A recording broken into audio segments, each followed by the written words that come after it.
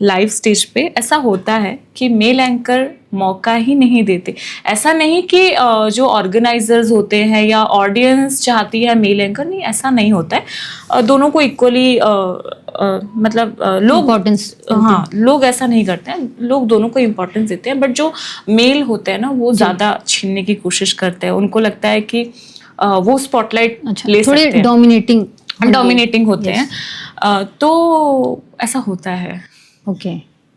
लेकिन वहाँ पे मुझे पता नहीं, मेरे थोड़े से गुण हैं ऐसे कि मुझे बुरा नहीं लगता है। आप लीजिए, आपको जितना स्पॉटलाइट लेना है।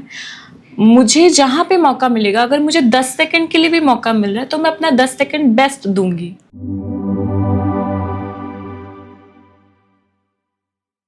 हेलो, नमस्कार, वेलकम टू गार्गिनीज इंडिया। मैं आस्था शर्मा। तो आज के इस खास international women's day special podcast में हमारे साथ हैं एंकर अंकिता साहनी, जो ना सिर्फ एक बेहतरीन एंकर हैं बल्कि एक राइटर और ट्रेनर के रूप में भी कई लोगों को इंस्पायर कर रही हैं। तो आइए जानते हैं उनकी जर्नी और स्ट्रगल के बारे में। तो सबसे पहले आपका स्वागत है गार्गिनीज इंडिया के विमेंस डे पॉडकास्ट में। बहुत बहुत शुक्रिया। हमारे दर्शकों को थोड़ा बताइए आपकी राइटिंग और एंकरिंग जर्नी के बारे में, कैसे शुरुआत हुई? मैं शुरू करना चाहूँगी जॉन एलिया साहब के ख्याल के साथ कि कौन सीखा है सिर्फ बातों से, सबको एक हादसा ज़रूरी है। सो सर्कमस्टेंसेस, परिस्थिति, सिचुएशंस। मैं बहुत ही ज़्यादा इंट्रोवर्ट हुआ करती थी, तो मुझे बोलने में बहुत दिक्कत होता था, अपने आप को एक्सप्रेस करना, इमोशंस बताना। तो मैं क्या करती थी, किसी को अगर मुझे कुछ बोलना है ना तो मैं उसको लिख देती थी। अच्छा। तो मुझे लगा कि लिखना आसान है बोलने से, और वहीं से धीरे धीरे मैं लिखी। जो होता था उसको या तो कविता टाइप में या कहानी के तौर पर। फिर मुझे लगा कि अगर मुझे कैरेक्टर चेंज कर देने से कैसा लगेगा, वैसे करके मैं लिखती थी।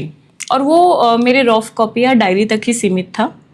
फिर उसके बाद में धीरे धीरे मुझे लगा कि स्कूल मैगजीन्स में या कहीं पे अगर स्कोप मिल रहा है तो मुझे लिखना चाहिए। क्योंकि जब अगर गलती से मेरी मम्मी डायरी पढ़ लेती थी तो मेरी मम्मी को वो लिखावट अच्छी लगती थी। मम्मी बोलती थी, तू बहुत अच्छा लिखती है, तेरे लिखने का जो शैली है वो बहुत अच्छा है।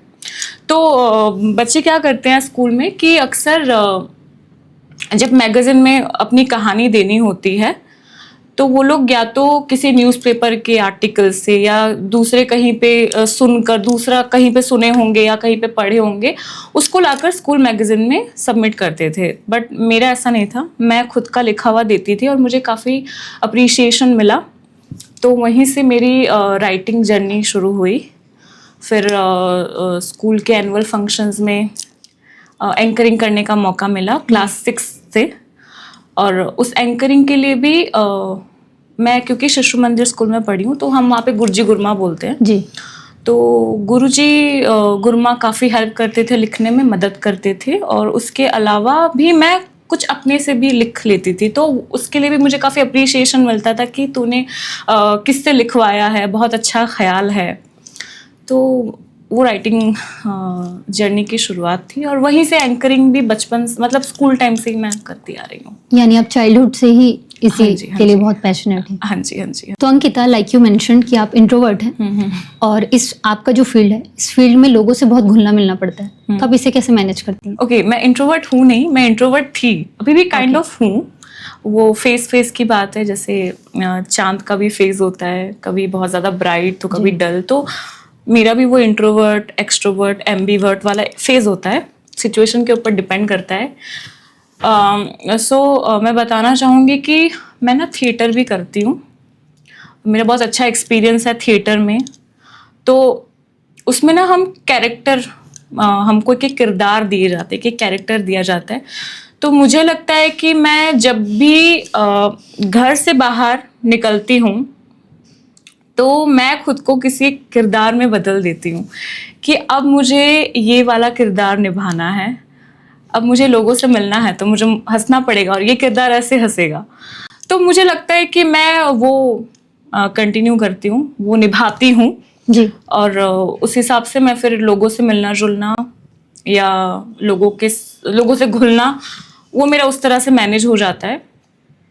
और मेरी असली जो पर्सनालिटी है वो इंट्रोवर्ट ही है, ऐसा मुझे लगता है। बाकी को क्या लगता है आई डोंट नो। जी। इसके अलावा मैं ये बोलना चाहूँगी कि जैसे, और इसके साथ मैं ये भी ऐड करना चाहूँगी कि मुझे लगता है जब भी एक लेखक मिलता है किसी नए इंसान से, तो वो मिलता है अपने एक नए किरदार से, ठीक है।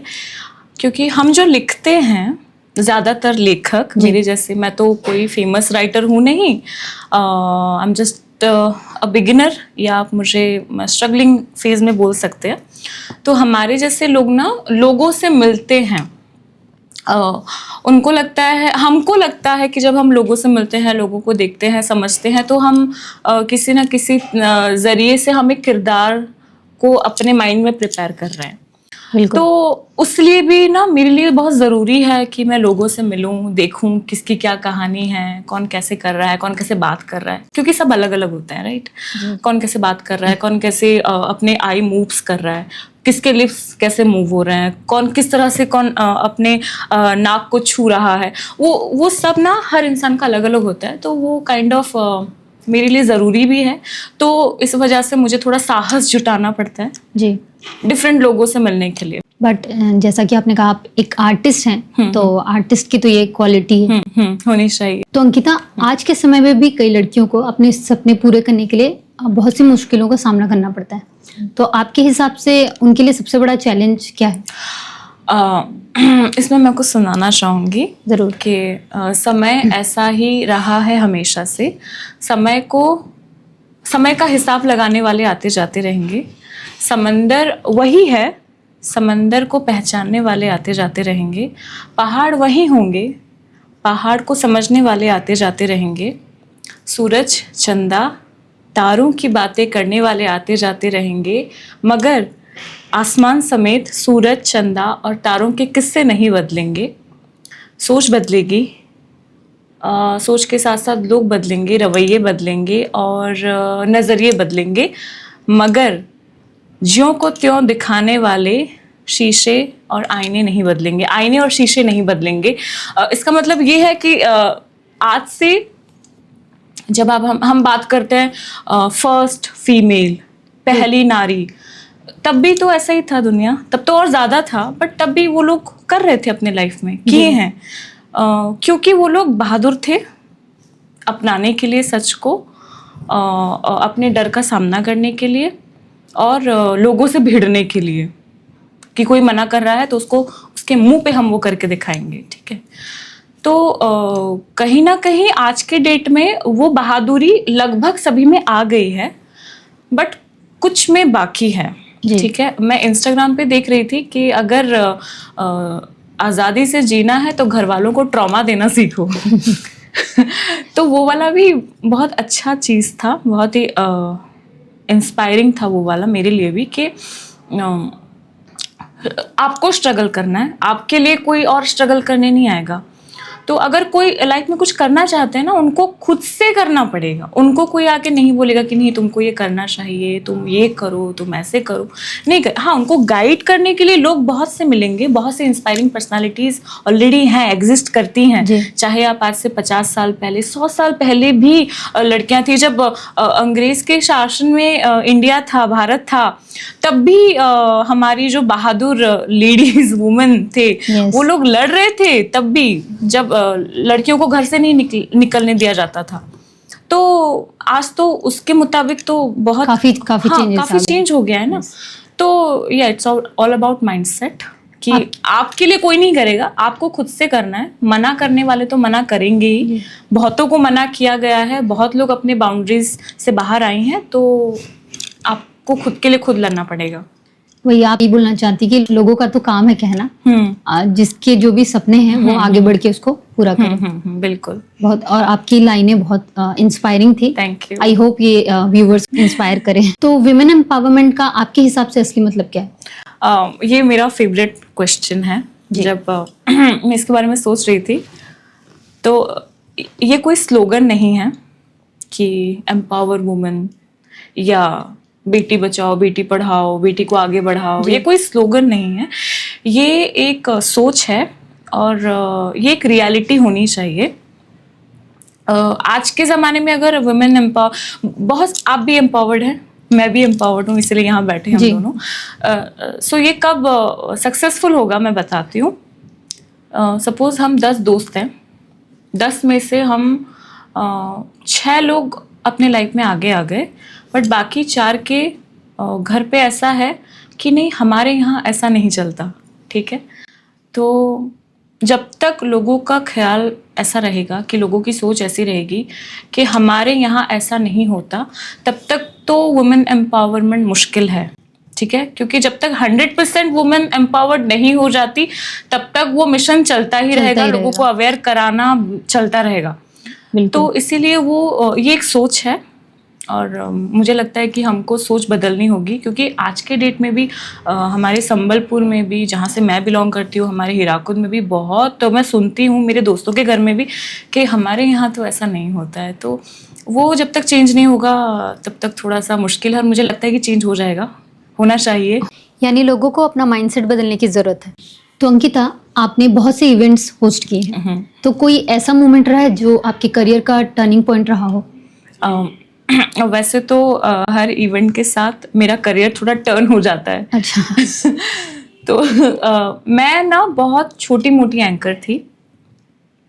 एंकर तो नहीं थी मैं, जस्ट एक अनाउंसर थी, ठीक है, कि नहीं हम इसको बुला लेते हैं, ये अनाउंस कर देगी, मैनेज हो जाएगा, इस टाइप का लोगों का ख्याल था। बट लोगों ने बहुत सपोर्ट किया है, इस वजह से मैं आज यहाँ पे हूँ, जहाँ भी हूँ। बहुत ऊपर जाना भी है।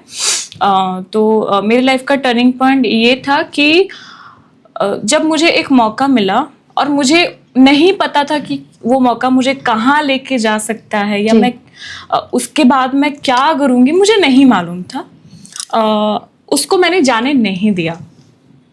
मेरे फ्रेंड के घर पे किसी की शादी थी।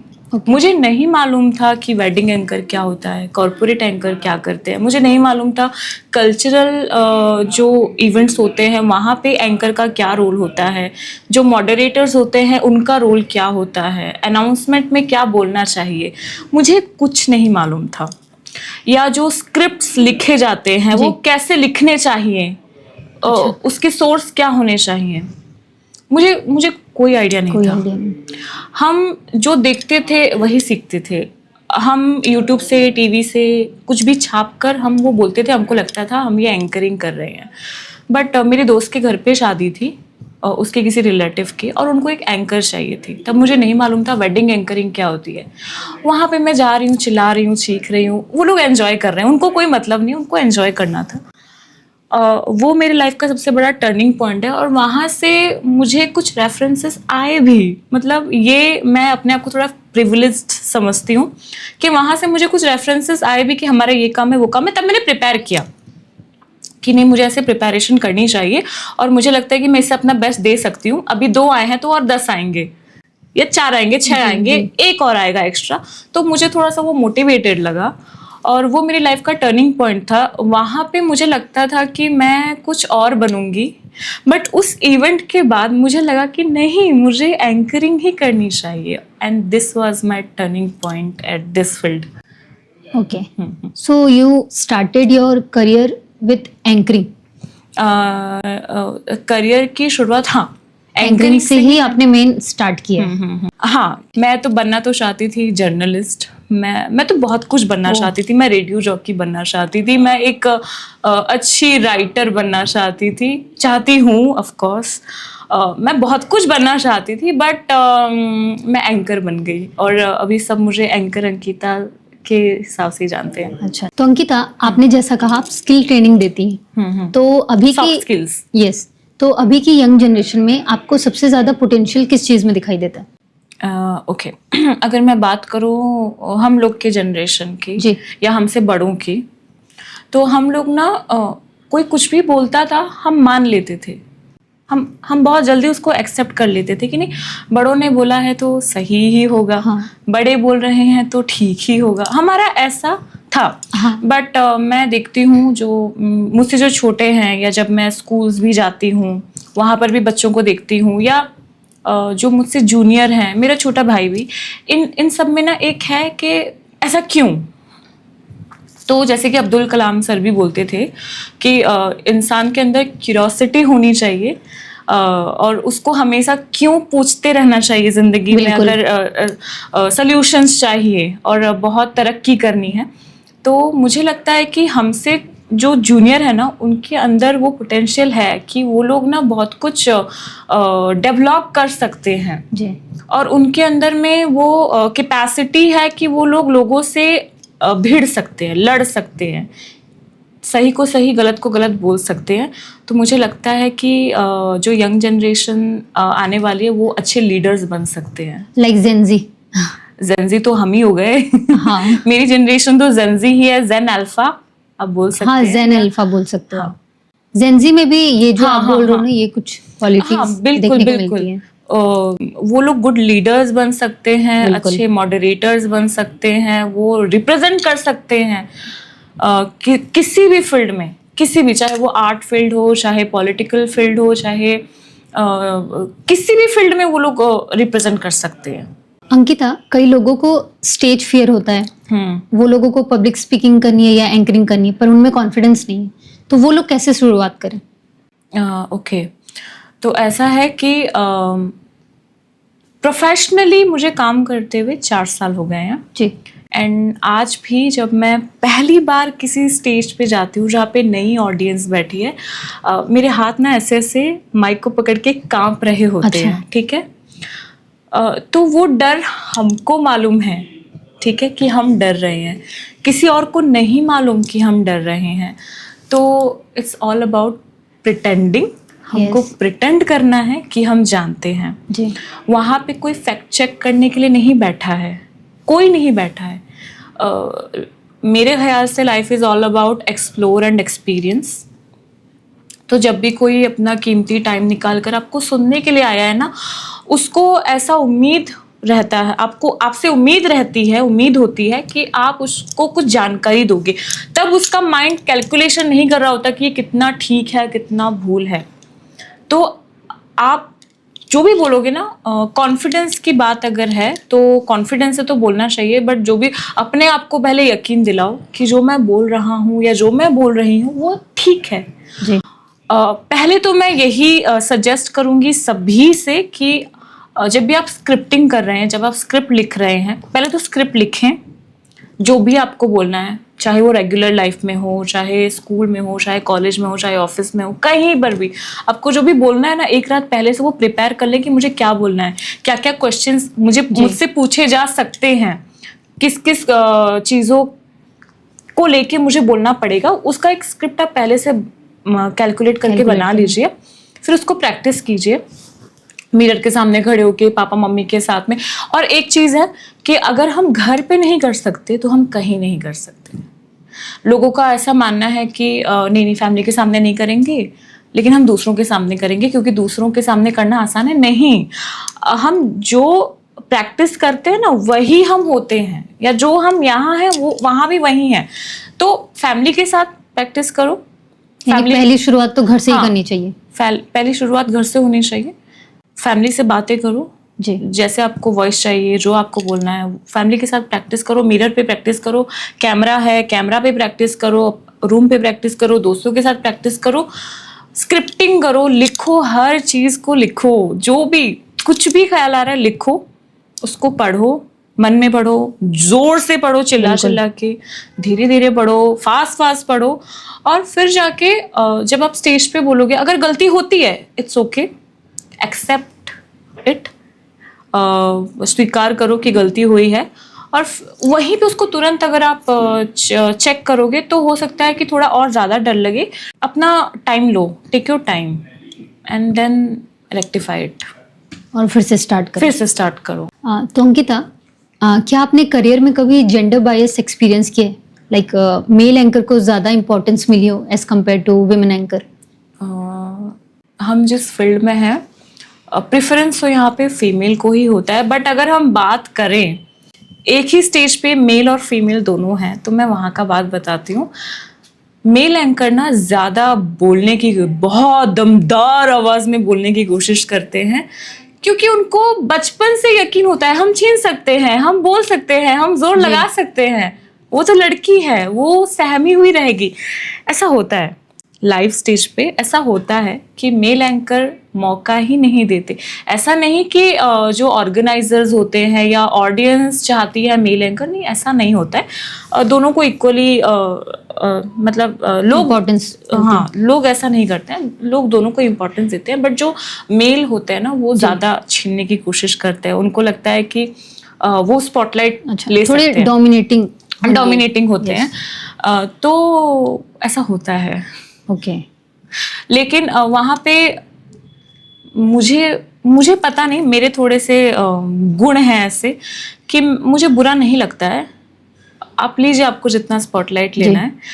मुझे जहाँ पे मौका मिलेगा, अगर मुझे 10 सेकंड के लिए भी मौका मिल रहा है तो मैं अपना 10 सेकंड बेस्ट दूंगी।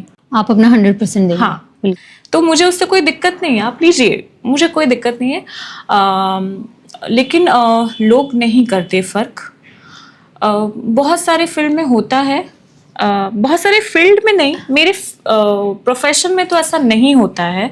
इसमें लड़कियों को थोड़ा ज़्यादा प्रेफरेंस दिया जाता है, ऐसा फील्ड है हमारा, उसमें कोई ये नहीं है। लेकिन जैसे अगर हम कहीं रेस्टोरेंट में जा रहे हैं, साथ में लड़का भी है, तो वेटर आके बिल लड़के को ही पकड़ाता है, लड़की को नहीं देता है। कहीं पे अगर हम कहीं पर बुकिंग हुई है हमारी किसी एडवेंचर के लिए, कुछ के लिए, तो जो वहाँ पे गाइड होते हैं वो आके मेल को ही पूछते हैं, उनसे ही सब कुछ जानकारी लेना देना उनसे ही करते हैं। अगर भी मैं बुकिंग की होती हूँ तब भी उनको दिख रहा होगा कि नाम मेरा है Ankita, booked by Ankita, but still वो मेरे पास नहीं आएंगे, वो मेल के पास ही जाएंगे। तो ये चीजें आपने एक्सपीरियंस की? मैंने एक्सपीरियंस किया है खुद कि जो अगर मेरे साथ में, अगर हम फीमेल्स हैं और मेल्स हैं, तो वो आकर मेल के पास ही जाते हैं, चाहे बुकिंग कोई भी कराया हो किसी भी चीज़ के लिए जी। चाहे एडवेंचरियस फील्ड हो, चाहे कहीं पे खाना खाने गए हैं, कहीं पे स्टे है, कहीं पे कुछ भी है, वो लोग फीमेल के पास नहीं आते हैं। चाहे वो अगर स्टाफ खुद फीमेल है तब भी वो सर से ही पूछेगी, वो मैडम से नहीं कंसीडर करती जी। तो वो एक चीज़ हम दूसरे जगह पे मैंने फील किया है।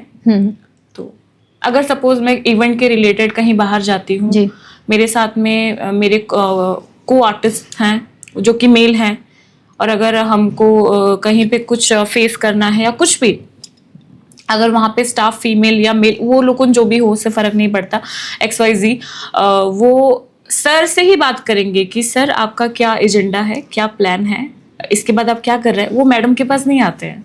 तो ये चीज़ दूसरी जगह पे होता है।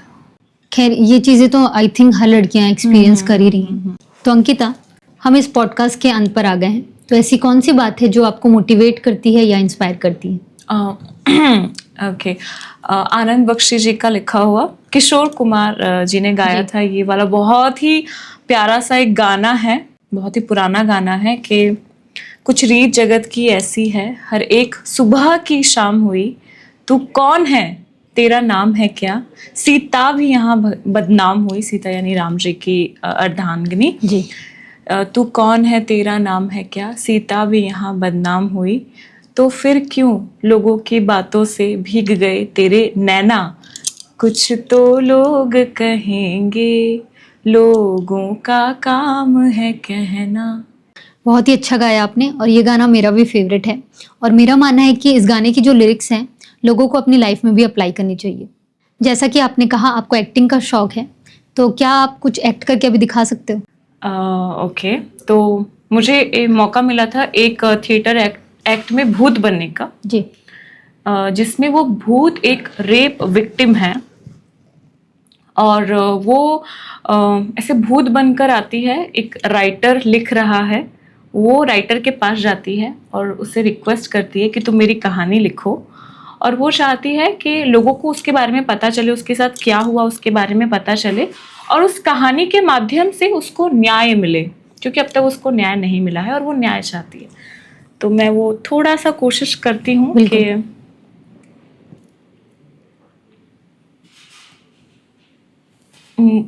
मैं नहीं, मुझसे मुझसे मुझसे डरो मत, मैं अंकिता, मुझे मुझे तुम न्याय दिला सकते हो, अपनी कहानी में न्याय दिला सकते हो, तुम कोशिश कर सकते हो।